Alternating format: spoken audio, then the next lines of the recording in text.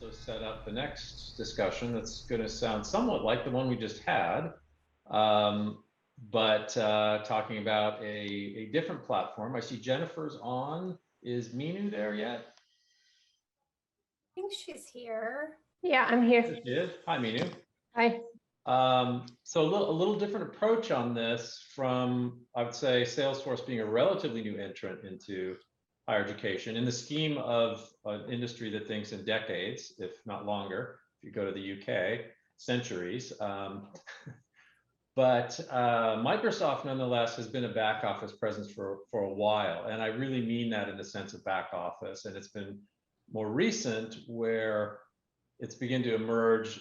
There's COVID, we can talk about that in a second, and Microsoft Teams and those types of things as it's pushed back out. Microsoft has ebbed and flowed in terms of its relationship with higher education.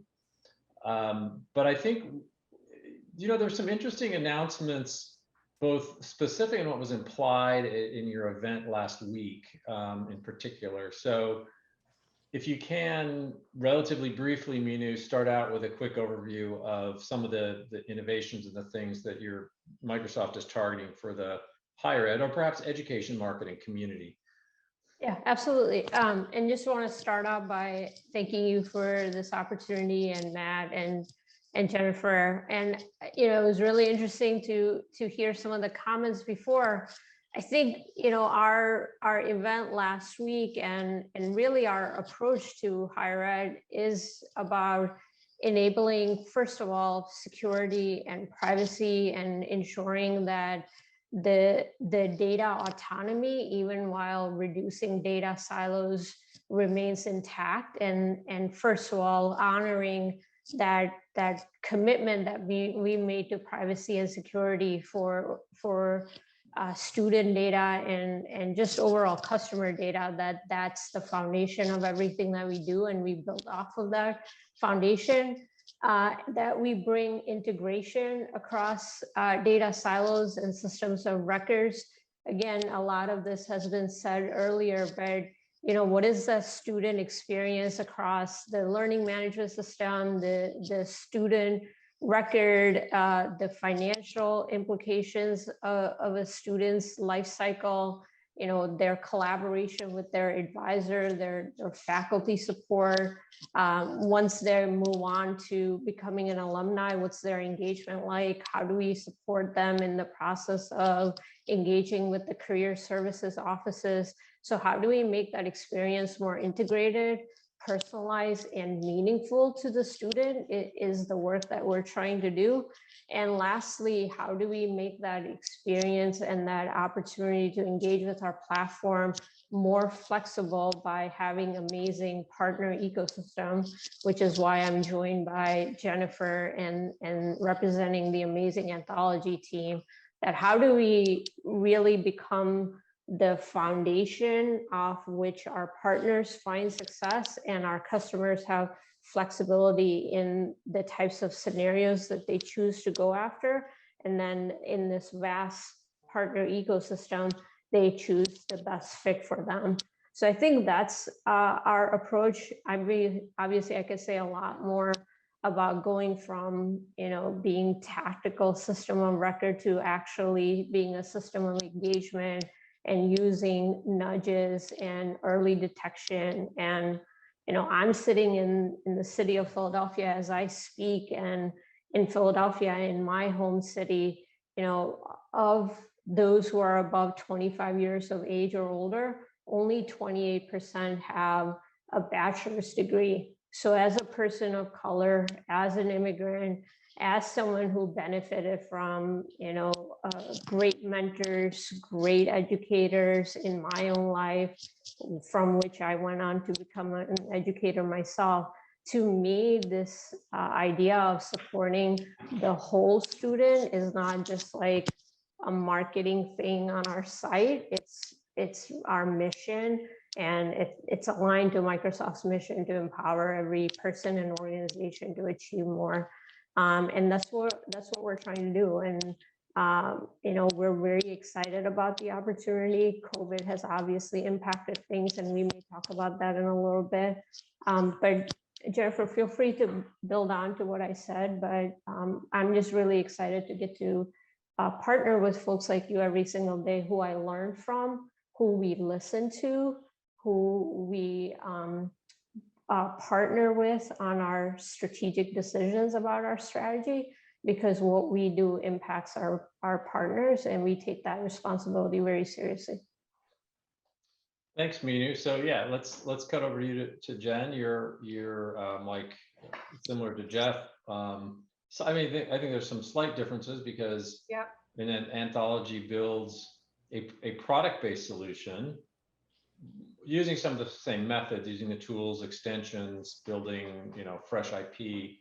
So how do you talk a little bit about anthology strategy with Microsoft in that area? Yeah, I mean, it's fascinating. I feel a little bit like I'm the capstone to the day, because as we've been talking all day around, ethical use of data and strategic partners to help synthesize that data, understand what's happening, right? How do we build, purpose-built solutions that recognize the differences, and then how do we ultimately blend and create an ecosystem that is built on a platform, which we also, Minu, love working with you, and my team who's on is like blowing me up because they didn't know you were in Philly, so you might have some people outside your door in a little bit. But we really have the opportunity then to think about how every, we like to say every line of code, everything that we're working on at Anthology is driven specific to the needs of higher education globally, right? And so how do we, Carla, your examples I think were great of how do I really manage dual enrollment, because it's it's cultivating that relationship with that student that's maybe their first entry point to the institution and starting that lifelong relationship. But it's also cultivating parent relationships and counselor relationships and continuing to feed those, the right relationships, the right data, and the right time. And so, as we think about what does it mean to build a product, it is really that combination of what are the awesome things that the Microsoft platform affords us because of their R&D that maybe was built for a corporate community, but that we can then understand how could that apply in our education space and then build on top of it, right? And really accelerate our innovation as Anthology, and then also as part of the community, with Minu and some other frenemies or, competitors, if you will, that are also working on similar efforts. So that's, you like Susan, you were a practitioner, but you did a stop at a software provider that produced admission specific, what I will call admission specific CRM. For point solutions. Yeah, everything that we've been saying, really think about, do you really want them on your campus? And part of it was because when I started into this ed tech space as a director of admissions. It was 2008. We had not yet justified the cost of a CRM because we had a grad student build us an access database. And we felt like that was good enough. And we were using mail merges. And the week before classes started, our IP address got blacklisted by Hotmail. Right? And then all of a sudden our president said, yeah, maybe your recommendation for a CRM is right. And at the time, right, that was a long time ago, we looked at corporate solutions, we looked at Salesforce, we looked at others, but ultimately ended up purchasing one that was built specific for admissions from a company called Hobson's. And so used that for a while and then worked for them. And it was interesting. I mean, that was really, as we were working there, is when we were starting to see kind of Salesforce start to come more and more into the education ecosystem. And Microsoft, while Mark, to your point, I mean, they're installed somewhere on almost every single college campus in the world. Dynamics in the US was not a common conversation. Certainly globally we saw it, but not here in the US. So really quick, Susan mentioned this and you mentioned it in terms of that you used a corporate design, right? And that is so taboo. If we were to walk into a school and say, yeah, we're going to use this corporate design to like design how you manage a student. And this goes back to our first conversation. Are they consumers? Are they customers? Are they products, right? And because we don't define that, for us to even say that at any point in time on a campus somewhere, it's like us walking out of the boardroom because we don't understand them, right? But yet the back end of it is, so now what higher ed does is they relabel things and they go through all this stuff just so that it makes it feel like the car color you want, right? But the color is still the address. It's interesting because I know in the Salesforce piece, they use techniques just like Sales and Marketing Cloud to do that. And I know you guys are doing the same thing at Anthology in terms of like online and all those things that are supporting the new traditional model. Do you guys use we're giving you a corporate, no, or yes? So we look at it a little bit differently, right? When CRM really started, I like to think, and Susan, you probably agree, it started in the 3 A's: admissions, athletics, and advancement. And those were the 3 departments on campus who recognized, maybe not always out loud and maybe in whispers, they were salespeople, right? Like they recognized that they needed a sales tool. I think, Matt, to your point, it's more when we start to move into the student success area and working with provosts and faculty that they're not, right? That's when we get into what Karan said, the special snowflake challenges. So Carla made the hand gesture of money. Well, right. Athletic, and I think, Carla, the other thing, right? Money oriented. Their success is driven by whatever those money revenue generation is. And I think that's interesting. But right? We have the challenge is that when an enterprise solution is purchased, it starts in one of the 3 A's. And it says, okay, we're going to buy this enterprise solution. And often we'll see, well, we're going to start it in undergraduate admissions, or we're going to start it in athletics, or we're going to start it here in those revenue generating. And then we'll expand it to other areas. And often we have seen with our customers, they say, well, this happened when we were doing work with Gonzaga. The student success team said, I think what you're doing is interesting and I see the potential. I don't trust you're ever going to get to us, right? I don't trust that the project plan and the project team will still have money and still have resources by the time it's us to consume it. And they presented great use cases, right? They shared with us that when the director of admissions was sharing kind of the admissions essays of her admitted class after May 1. And 80% of those essays were about overcoming adversity.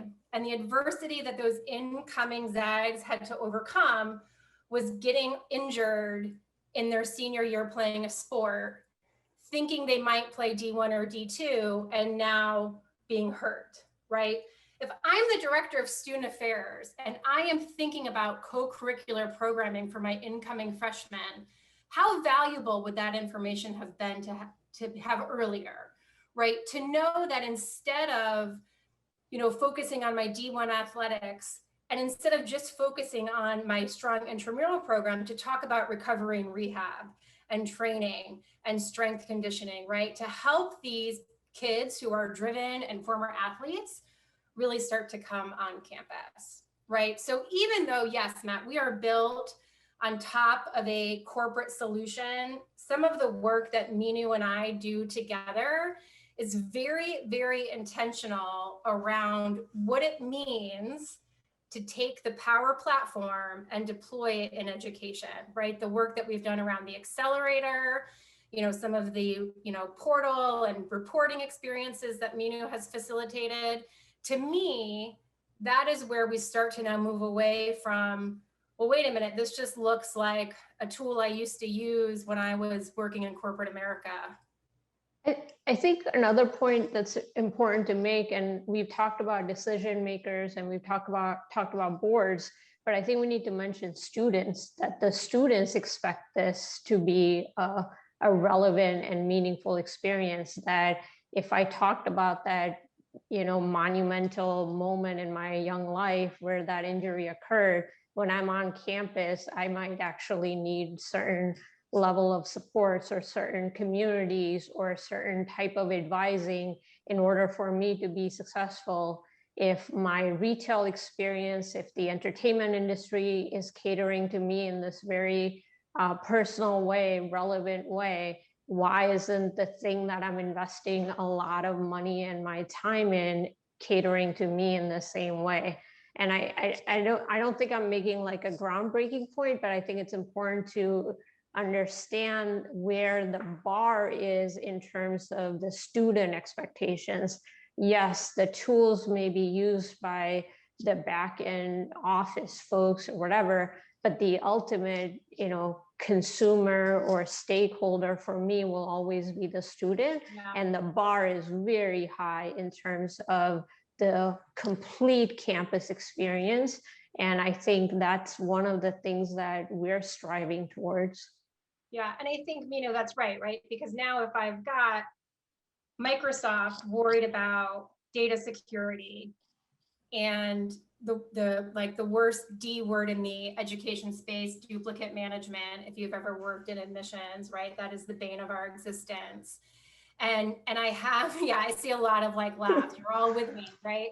And, and I've got Microsoft and their one cloud approach and the ability to connect Power Platform and Dynamics and the Dataverse and Microsoft Teams, right? That now I can spend my R&D and my resources focused on the student, right? And in order to focus on the student, I need to make sure that Carla can manage her dual enrollment students differently than Lori needs to manage her undergraduate advisors, and differently than, Cassandra might be working with, graduates or in the career center, right? Because it's that blend of, if I keep it focused on the student and I design purpose-built experiences for my users, they're then not thinking about the technology. They're then having the information at their fingertips to have the right conversation with the right student at the right time. So that's a good segue, although the questions basically repeat from the last half hour, and I'm guessing you probably heard it. So here we got a platform. We got Microsoft as a, and I would say candidly, higher ed's understanding of Microsoft as a platform for innovation, the way they kind of understand Salesforce, but even there, it's not at the level it really is. But in Microsoft, there's a big gap in understanding that. It's Office, it's Outlook, it's stuff like that.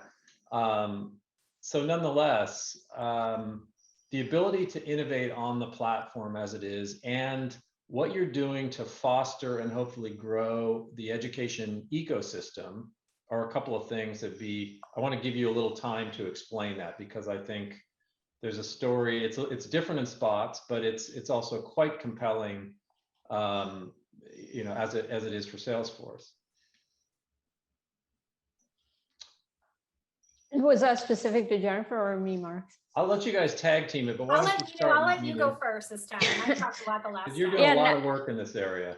Yeah, no, I mean, I think Jennifer started by calling out our unified cloud, our ability to invest in privacy, security, innovation, the way that we think about AI, machine learning, blockchain, whatever the buzzword of the moment that might be. We have the ability to put engineers on, bring that innovation to life quickly, and then give that value over to our partners so they don't have to do the work from the ground up. So imagine a partner ecosystem coming out with the Power Platform. That's much harder to do than us doing it.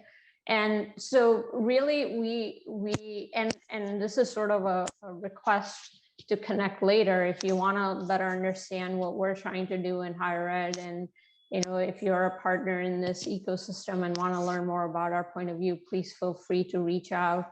But I will turn it over to Jennifer to say why bet on us. And the last point I'll make is we we are a build with and go to market with Microsoft approach. And I think that's important. It's not just about the technical support that partners receive.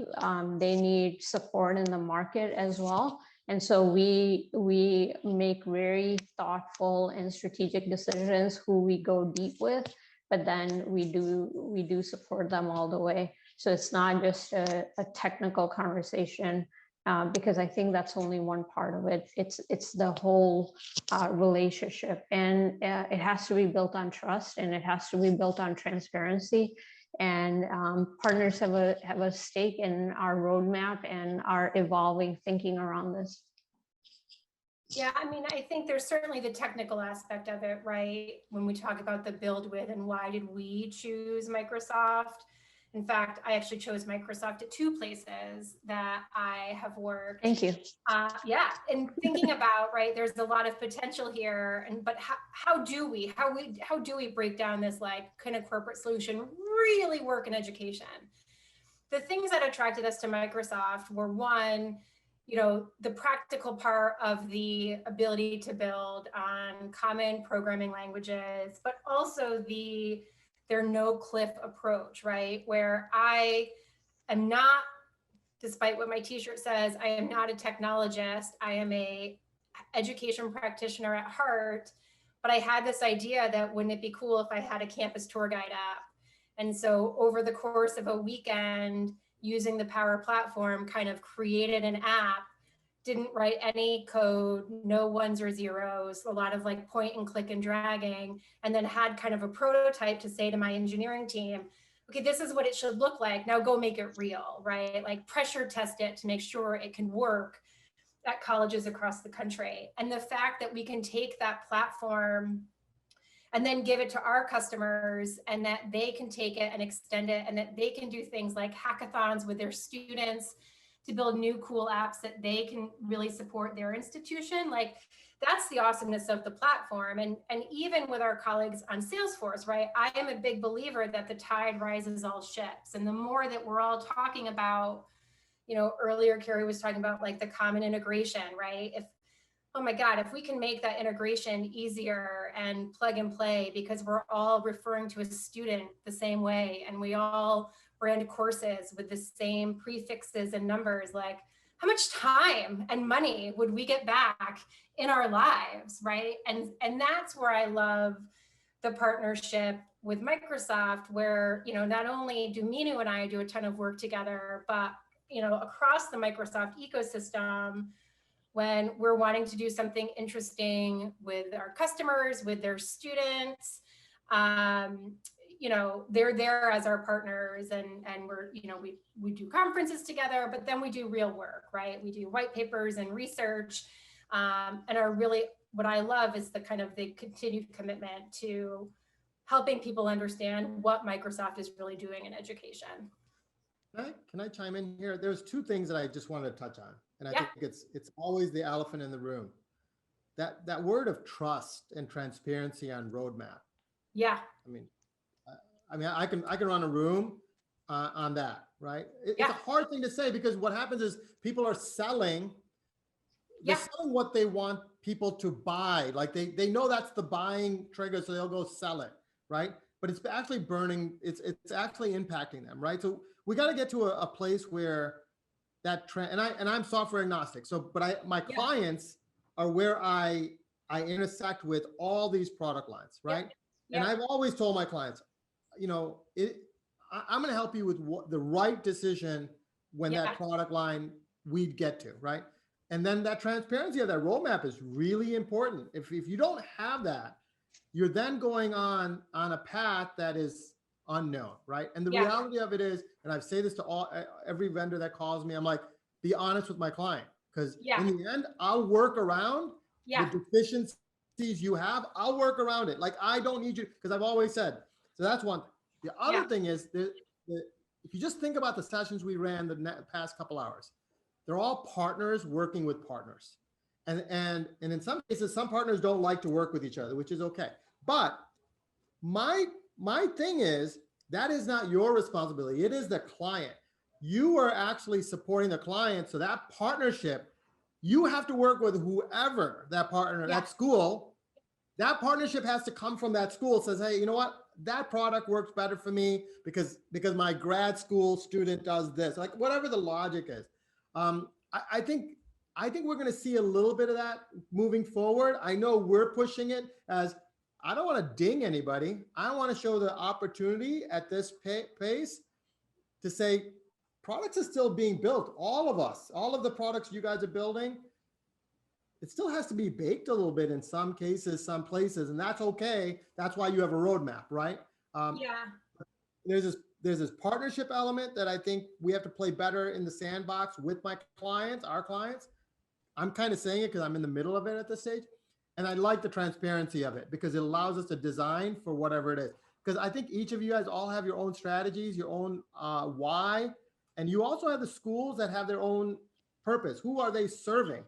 And in each of them might be slightly different. So, Matt, I wish, one, I'm really glad I have a couple of folks from our sales organization listening to talk about roadmap, because you should have come to my team meeting today, because I said to them, I can give you a roadmap that you might be excited to sell, but once they become a customer, if we haven't delivered it, we're not going to keep them anymore, right? And so I would rather give you a roadmap that might make you say no to me today and maybe go somewhere else, but then understand where we're going in the long term, and let's keep that door open and have you come back, right? Because I think we often get stuck in that what's new and shiny coming, but then also we as technologists need to make sure that we've got capacity to manage, right? One of the solutions that Anthology brings to market manages co-curricular experiences for students, right? So clubs, organizations, events,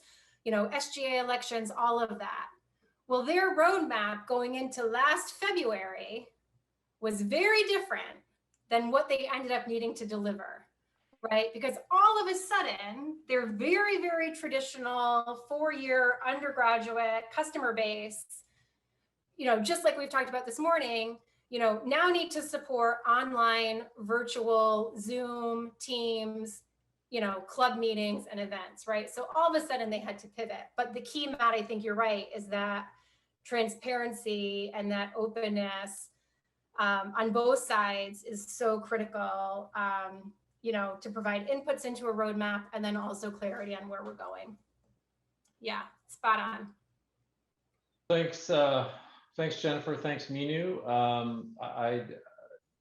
I think there's a lot more to discuss, and if you can stick around to the end, we'll have some sort of wrap up.